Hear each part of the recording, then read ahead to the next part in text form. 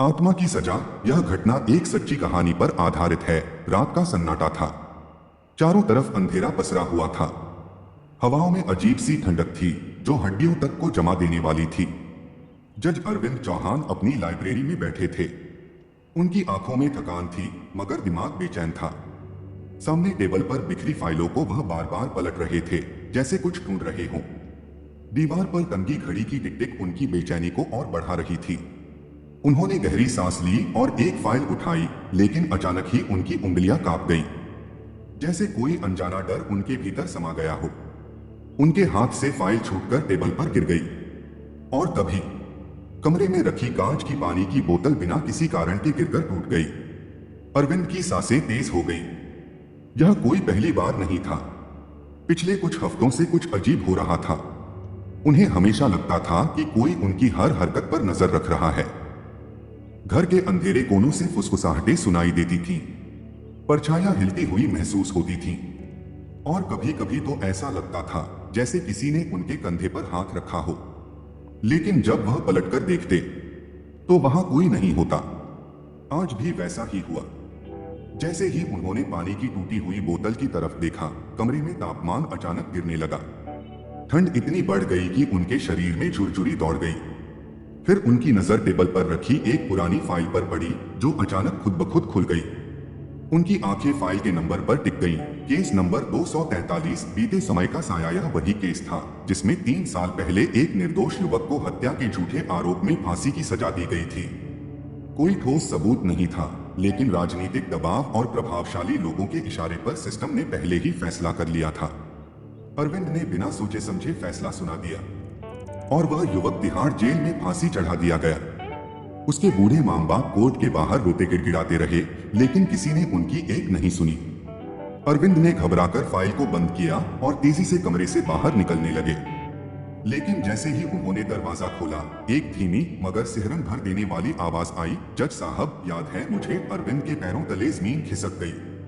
उनकी पूरी रीढ़ की हड्डी में ठंडक दौड़ गई। वह चौंक कर मुड़े, लेकिन पीछे कोई नहीं था। उनकी दिल की धड़कन इतनी तेज हो गई थी जैसे अभी सीने से बाहर निकल आएगी। उन्होंने खुद को संभालने की कोशिश की। जल्दी जल्दी अपने कपड़े बदले और बेडरूम में चले गए।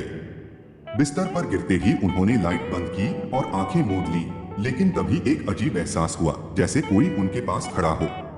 उन्होंने धीरे धीरे आंखें खोली और सामने आईने की तरफ देखा। उनका कलेजा मुंह को आ गया। आईने में उनके पीछे कोई खड़ा था, एक लंबी काली झुकी हुई परछाई। वह चीखने ही वाले थे कि वह आकृति अचानक गायब हो गई। कमरे में घुटन बढ़ गई। सांस लेना मुश्किल हो गया। तभी मोबाइल बज उठा।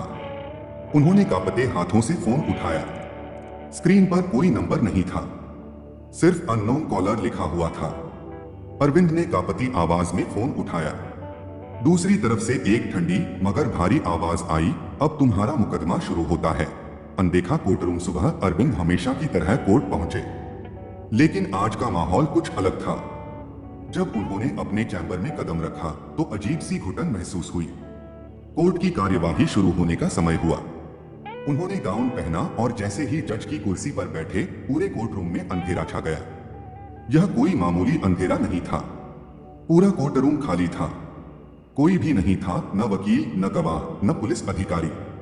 सिर्फ 4 काले लबादे पहने अजीब आकृतियां उनके सामने खड़ी थीं। उनकी आंखों में नफरत और बदले की आग झलक रही थी। जज अरविंद चौहान, तुम्हें अपने अपराधों की याद है? अरविंद का गला सूख गया। उन्होंने कांपते हुए कहा, तुम कौन हो? हम वे हैं जिन्हें तुमने गलत फैसलों से जेल में सड़ने दिया।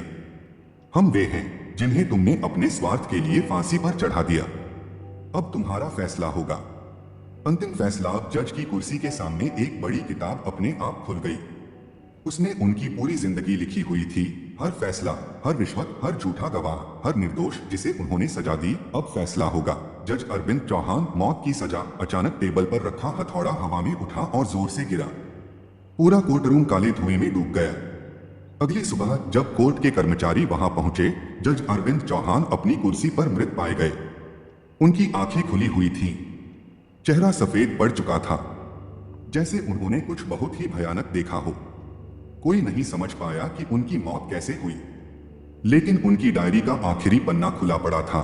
जिसने लाल स्याही से सिर्फ एक लाइन लिखी थी, असली न्याय से कोई नहीं बच सकता, न्याय से कोई बच नहीं सकता, न इस दुनिया में न उसके बाद।